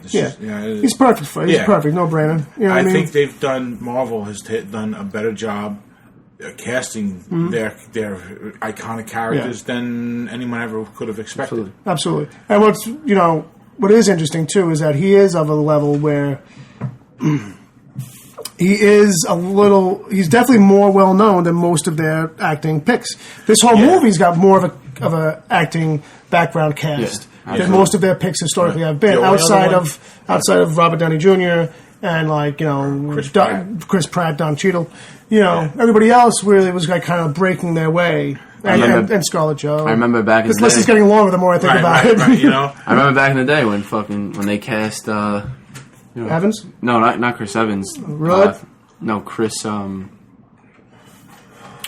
Thor. Can't think of his last name. Oh yeah. Chris Hemsworth? Hemsworth. He I remember they were there was a headline, I think you might have shown it to me recently, Marvel cast 2 no-name foreign actors as Loki, people were digging it as Loki and Thor. Everyone was so nervous about it. Yeah. Turns out that movie was fucking amazing. What's his name? The guy who played Loki. He's got a long list of he's got a lot. Europe. He's got a lot of stuff under his belt. Yeah, he's nothing to sneeze at. Hemsworth, I mean, he was relatively young, but he didn't have first. Yeah, but he didn't have a whole lot at that point. He only had. So he was a bit of a risk, but yes. But it paid off. Well, it paid off. And American fucking journalists. Nerd journalism, especially. Exactly. Yeah. Just dissects everything and just paints everything as a fucking. But the guy who plays Loki, since then has done so many things like in the United States. Mm-hmm. It's opened up so much for him. Yeah, he's in that new Guillermo del Toro movie, I think. Crimson. Yeah. Not Crimson. Is it called Crimson Peak? Yes, it is Crimson. He's in that? Yes. Hiddleston's in that? I didn't know he's Hiddleston was in that. The main. I think he's like the main character. I didn't even really watch that trailer. I didn't know. Well, that's good. It's pretty creepy. Loki, kind of. I mean, he's a main character in the Avengers movie. I mean, he carries it. So yeah, he's great, man. Yeah. He really is. Yeah, he is solid. If Loki doesn't do his role right, then that movie sucks. To be honest with you, I am just about tired of Loki, though. I mean, like... Yeah, he's such a good mechanic, though, in his story. I feel he's a crutch. Like, he's turning into a crutch. Yeah, he can definitely be. That character is so easy to go to. He can that's what I mean. Yeah. It's this thing where, like, the bad guy becomes too charismatic sometimes, I feel like, and everyone's like, we have to kill him. We can keep him around. He's so much fun. It's like, well, fuck that. No, you got to kill the bad guy sometimes. You got to kill... You can't keep the bad guy around. Right. There's a reason why you should have killed Sylar in Season 1 of Heroes. Besides, he's a god. When you kill the bad guy and he's a god, he's always going to find a way to come back anyway. Well, that's the thing. So don't get me wrong. Right. Yeah, it's Loki. It's anyway. Comics. It's like, it's a fucking boomerang. It's going to come back. You know what I mean? Yeah, at the very least, what's interesting right now is where Loki is residing right now. Okay, look.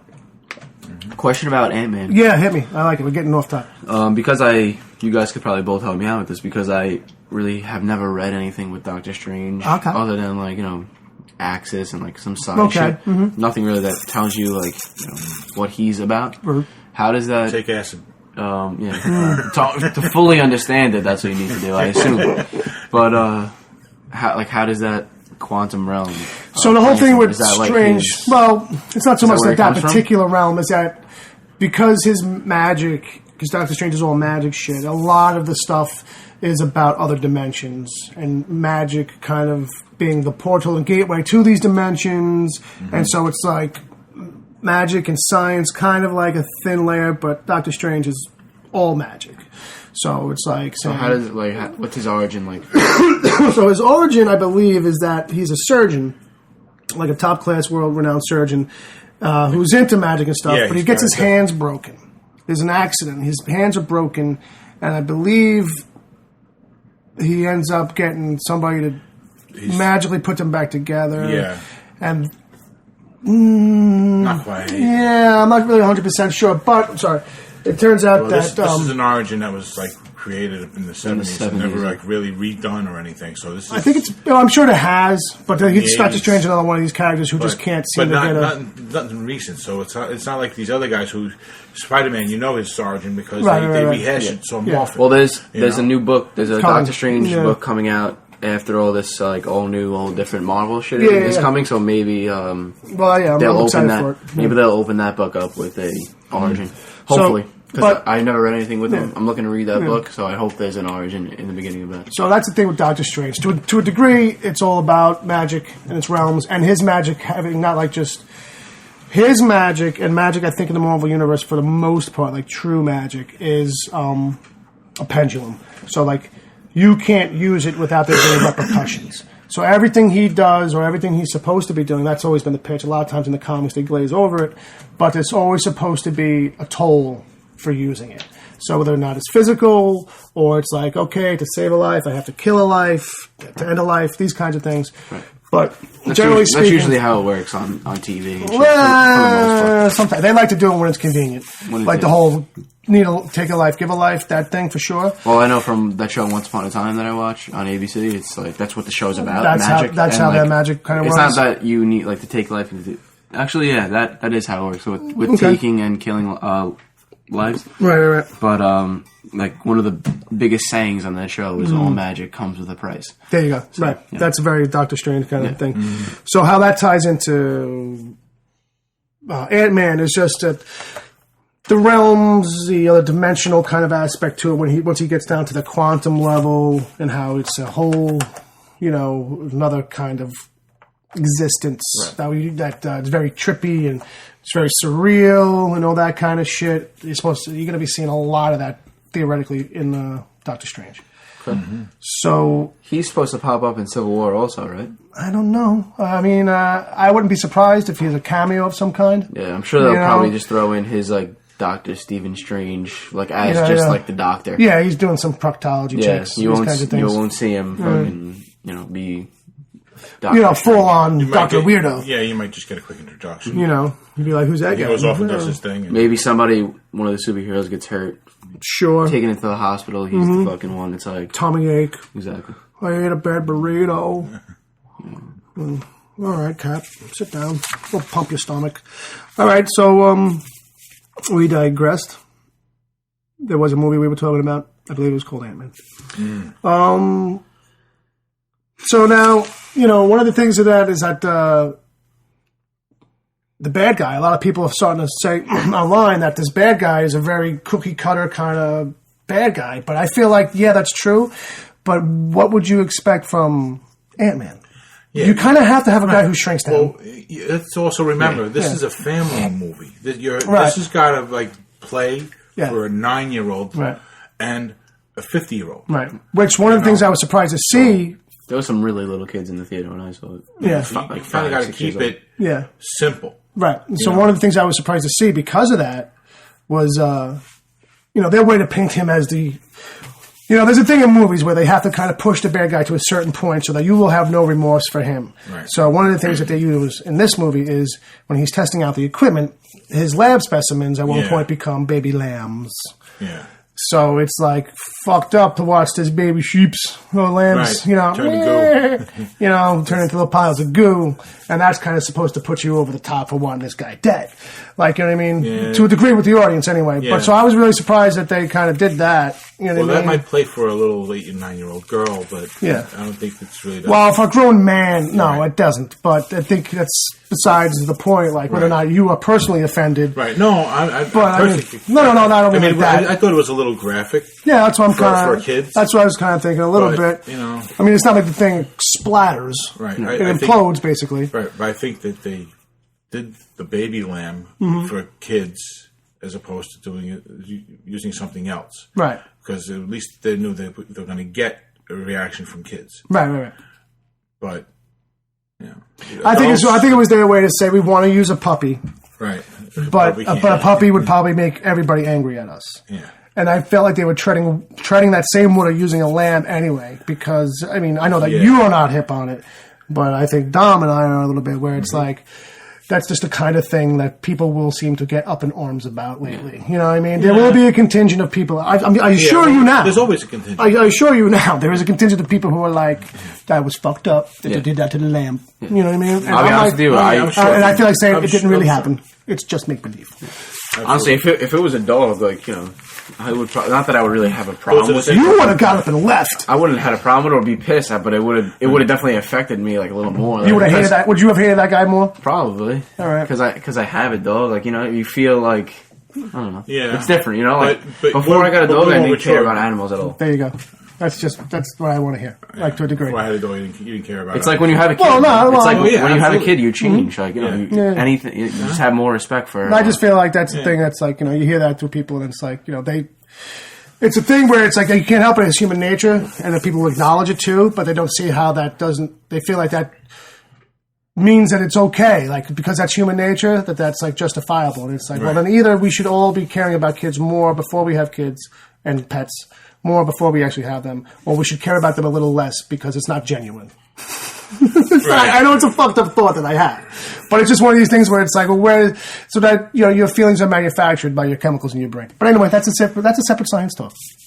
Yeah, right. That's just science. That's our talk for when we do all the science and Doctor Strange. When we have Bill Nye, the science guy, on the show, you can have that discussion. I don't know. I was going on a tangent. So how does that end with? The Ant-Man? No, yeah, with the bad guy. Does he die? I don't really remember. Yeah, he kind of fucking shrinks him down to subatomic also. Yeah. Right. But it seemed, I forget exactly how it went. It seemed the suit shrunk down. He didn't. Oh, okay, Remember, right. Because he was like, as it was shrinking. Yeah. It was kind of like imploding His around. arms, like it all bent. So he's dead then, right? Yeah, Like, he gets crushed yeah. completely? He's dead. He's dead. Yeah. He's dead. At first, I thought he Somehow was they going to shrunk end the up suit without him shrinking too. further. Right. And they crushed him. He made the suit subatomic. He's something like that. subatomic, like compact press, like the cars in the super dense junkyard. He's like a super dense grain of sand now. So I think that's pretty much how he ends. 200-pound animal.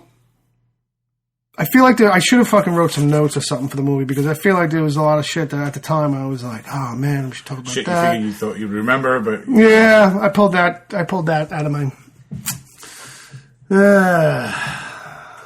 Well, I think the bottom line is it's a good movie for the family for summer. Mm-hmm. Something you want to put in the DVD player in the car when you got the kids and you're going on the road. Great thing. Kids. It's for kids. If you're gonna be an adult, you're not necessarily gonna go out of your way to see this movie. If you're a hardcore comics guy, sure, you can watch it. Yeah, this one is for the don't expect hardcore nerds. I think, really, you know what I mean? Like if I know a lot of people that saw it in there, but it's not for the nerds. It's for the kids. Explain your thought. I think I mean you're right. Obviously, it was definitely made more kid friendly than the rest of the Marvel movies. It's But got that. I think if we're gonna say it's for somebody, I think like. Obviously, when you're making a movie, you're not just making it for one specific group. You would love it to be enjoyed by everybody. Right. But I think just the simple, just what it is. I think people that read comic books or consider themselves a geek will enjoy this more because to the average person, it's like, what is this fucking Spider-Man? What is this? What is this fucking Ant-Man? Who the fuck is this guy? They're definitely relying on the nerds more. It's like, what the fuck is this? And if they, that might scare them away from even seeing it because it's such a corny idea. You know what I'm trying to say? Right. To a degree, the general populace is like probably dismissive of it. If anything, they would give it a chance probably because they've seen other Marvel stuff, if anything. But the nerds or the fan base for Marvel and comics in general is really where they're fucking hoping to bring them into the seats. Right. It's a go-to movie, like Bob said, for the family for the weekends, you know what I mean? And shit like that. So that's definitely there too. It's like, well, what are the kids excited about? And I'm sure a lot of that, the whole aspect of it being a tiny guy running around with bugs, plays to kids in general a lot better than it will to us because we know too much, you know what I mean? And so it's like, Ant-Man's always kind of been like a dismissed kind of character. Mm-hmm. So, they're definitely shooting for... Here's the thing, too. It's a movie that Marvel really wasn't going to make. That kind of got made under its own... momentum. Under its own momentum. Got itself made, basically. And so it's like, they found a way to make it work overall in the biggest scheme of things. So, by nature of who it's about and the way it came to be, it's not going to feel like how other Marvel movies have felt. No, and it's not supposed to. Right, exactly. It's not supposed to. You know what I mean? So what happens is that a lot of people are like, if any nerd fan out there is disappointed by it, well, that's only because you expected it to be something grander than it was ever supposed to be. Yeah, you need to dial down the nerd quotient a little bit and realize what you're going to see. Right. I actually, to be honest with you, I for some reason feel like, maybe not the exact opposite, but I feel like this movie, as like a nerd, pleased me more than a lot of the other ones. I don't know why. I don't know why. A lot of people like Age of Ultron. Like I was saying before, not that I didn't like it. I just didn't really think it was that great, and I didn't think it really hit the fucking geek spectrum on all that one was it almost felt like some of the story was kind of being pushed on you. They build up those bigger name movies going right. They build up those bigger name movies so much that it's like, all right, this is going to be the fucking best movie ever. And it comes to you and it's just not even that great to me. Just wasn't. I'm all for the fucking building shit up and if it's that good, but I just didn't really think it was that good. I really liked Age of Ultron to a degree. I think the problem with Age of Ultron is as much as they build up Ultron to be this big villain, you never really get a sense of like a threat from him. The stories go so fast, and what he's up to is like you're never really 100% sure like what his plan is, like what he wants, what his goal is. Like I get that it's to destroy humanity, but I feel like you could be doing it a lot faster. Like they're setting you up to be this incredibly super mega powerfully and resource kind of driven villain. Like you should be connected to the internet and you should have destroyed half the world already. Like in a blink of an eye. That's one of the main problems. You know what I mean? It's like they push it forward and then they put brakes on it. Like, you know what I mean? It did seem like at some point in that movie that things all of a sudden slowed down.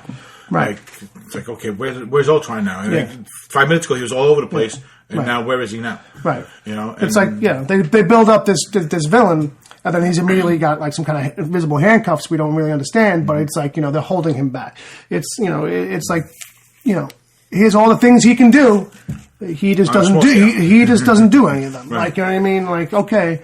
And it's not until the third act, and I mean, he fucking lifts up a whole country, and it's like, what? How? Okay. Yeah. It wasn't really explained. Right. And I think some of that stuff needed to be explained more because of, like, how it's through Ultron, you can really see, like, how, like, the Stark technology is just so powerful because now we know that if Tony wanted to, he could be using fucking, whatever his name is, Jarvis to fucking take over the world, like with right, like snap of a finger, right. It's like they always kind of mention that, but you never really get to see obviously he would never do that because he's right. But until this, you don't really get to see a way, a real vision of a physical kind of quantifiable way that could happen. Like it's always talked about, like Tony's a genius and he could, blah blah blah blah blah. But it's like now you see with the Ultron and this, that, the other, that okay, that's how that would go.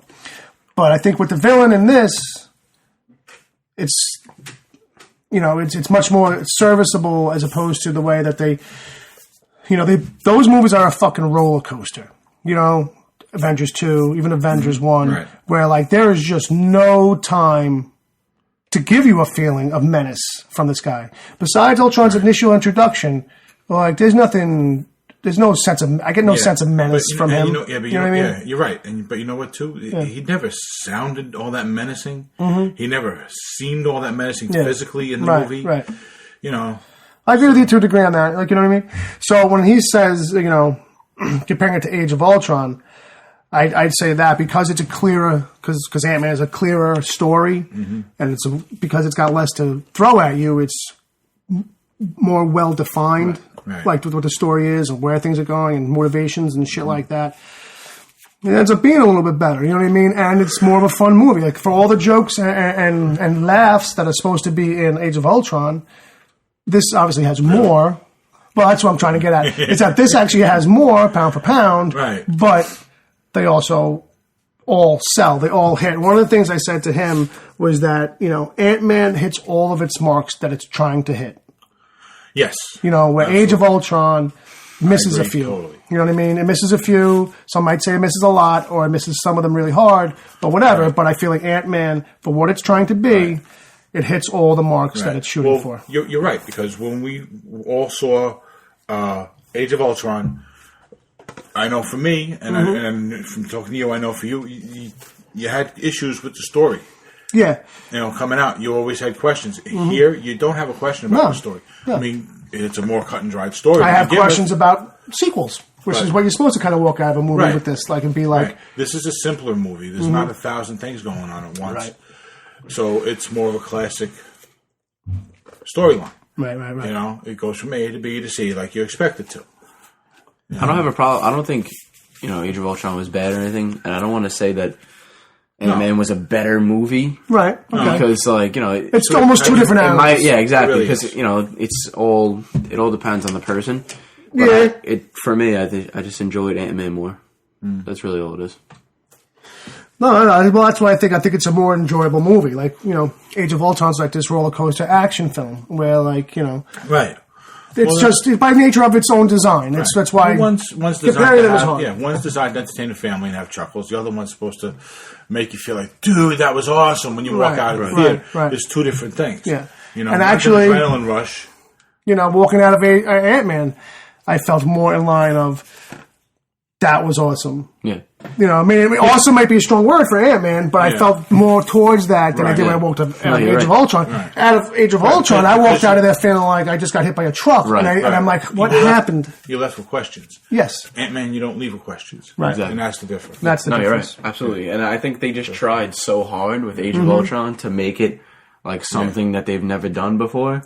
Like with the tone, like it was such a tone shift, like from every other Marvel movie. Like, I get it was so much darker than I had expected it to be. So and I got the impression it was really like they took 3 hours of footage and tried to cut it down to 2 hours and 20 minutes. Yeah, there's a lot of Age of Ultron that feels like there's a lot of spots where you don't have answers. And it's going too fast. Yeah. And I think you explained something, but I don't really think you explained anything. And we're already on to the next scene. Yeah, like that whole thing with the introduction of.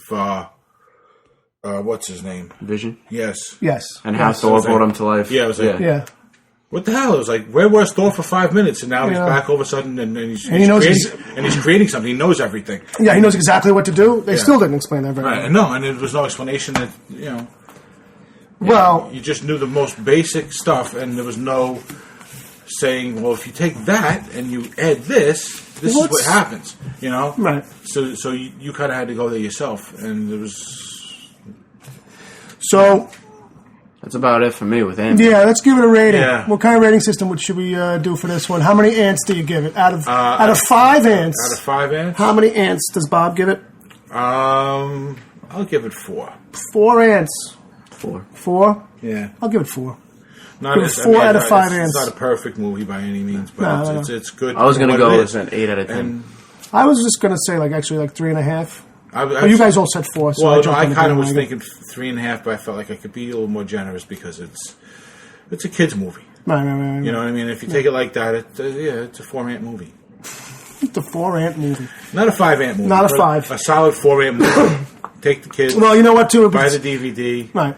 Go on a road trip. The thing too with star systems or rating systems is that like if you gotta remember, I feel like you gotta remember that 5 is like next to impossible. Like, or like a 10. Like, there's no such thing as a perfect 10. Right. Like that kind of a thing. You know what I mean? So, but that said, I feel like because there's not a lot to complain about with this movie, a 4 is a really...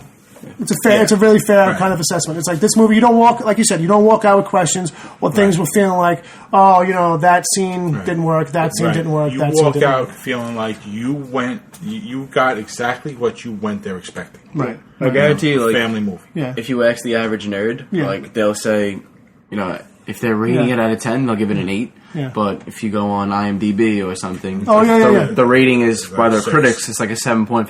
Yeah. It's 65 or better right now, you know what I mean? Mm-hmm. And also, too, I think, like I saw some people on my Twitter feed, coming back from it, and they were like, epic. And I'm like, epic, bro. People are throwing around the word epic. Like, they don't even know what it means. Yeah, no, they don't. This is a good, solid movie. Mm-hmm.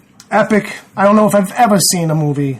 I can't tell you the last movie I've seen that the word epic is properly applied. The Batman vs. Superman trailer was the last time I've seen it. That's epic. These are now that we're done talking about Ant-Man, the 2 trailers that I want to talk about. Oh, okay. Well, all right. Do we have time? Well, we have time, but we kind of established that there would be nothing else to hear after. There'd be no reason to listen to the rest of the episode. If you're going to leave this episode early because we were giving out spoilers, there would be nothing else. You wouldn't miss anything else. Oh, right, we did. You know what I mean? Right. What did you want to cover? Well, I just thought that the 2 trailers that were the big deal. Oh, well, you know what? Yeah, okay. We can cover that here. All right. Do you mean the trailers that preceded this movie? Yeah. All right. Yeah. All right. Well, the Batman Superman one was the one that they released. Right. To the public. Mm-hmm. So that one, it looked even more awesome on the big screen. Yes. Oh, yeah. 10 times. Absolutely. How about the difference between, seeing it at home and seeing it at the theater? You know what I mean? Yeah. I mean, you could... But for me, the biggest thing was actually the Star Wars trailer. I didn't see a Star Wars trailer, actually. Didn't have really? Where'd you go, Atrium? Or? Yeah, I went to the Atrium, but they probably did have it. I just, once the Batman vs. Superman trailer ended, I ran to the bathroom. And I think it was right. So it might have been I think they I might have just missed it. I mean, was it anything different? No, you've probably seen this trailer already, but I think that was the first time you saw it. Yeah, right. Okay. With the Millennium Falcon in the sand. Yeah. And that's a actually, trailer, really. I was going to correct you when you said that while we were watching it, but that wasn't actually the Millennium Falcon. No, it wasn't. That's it the Imperial. Yeah, I realized that too. Yeah, you know? I actually, you're right. I was actually thinking about that later on.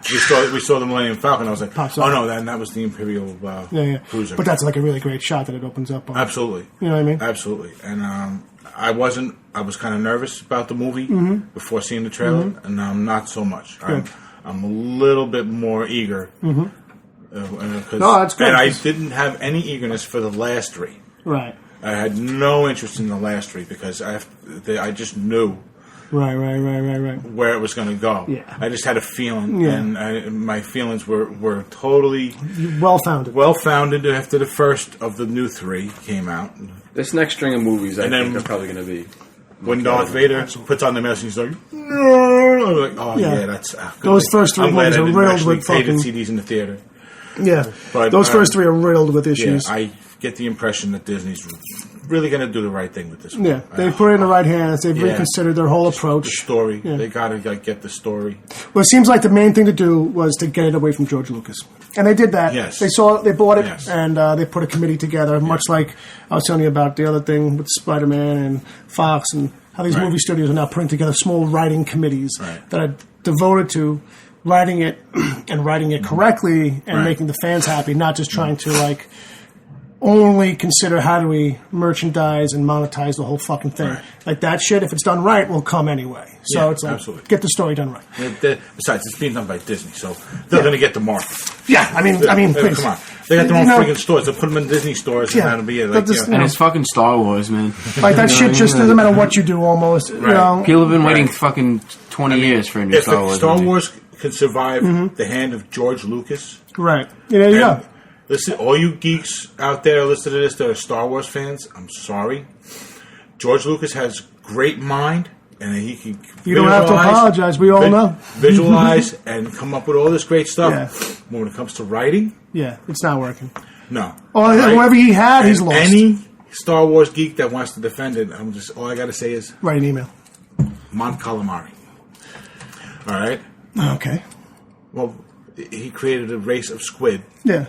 Well, they're called Galamad. Yeah. Called them Galamad. Yeah. Come on, man. A 6-year-old kid can come up with that. There's no depth. There's not a lot of depth. Even in the original three, even the original trilogy, there's a lot of shit like that where there's no depth. But that's what we had. But now, we're going to forget about a lot of that shit, I hope. All right. So that wraps it up. I think that wraps us up. Unless anybody's got anything else they want to throw out the world.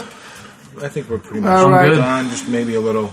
All right. So we're going to hit some plugs. We can use some emails, kids. If you're still listening, send us an email about how we screwed up the Ant-Man review. Send us any nonsense, any bullshit, any stupidness. Dom's Twitter is Dom at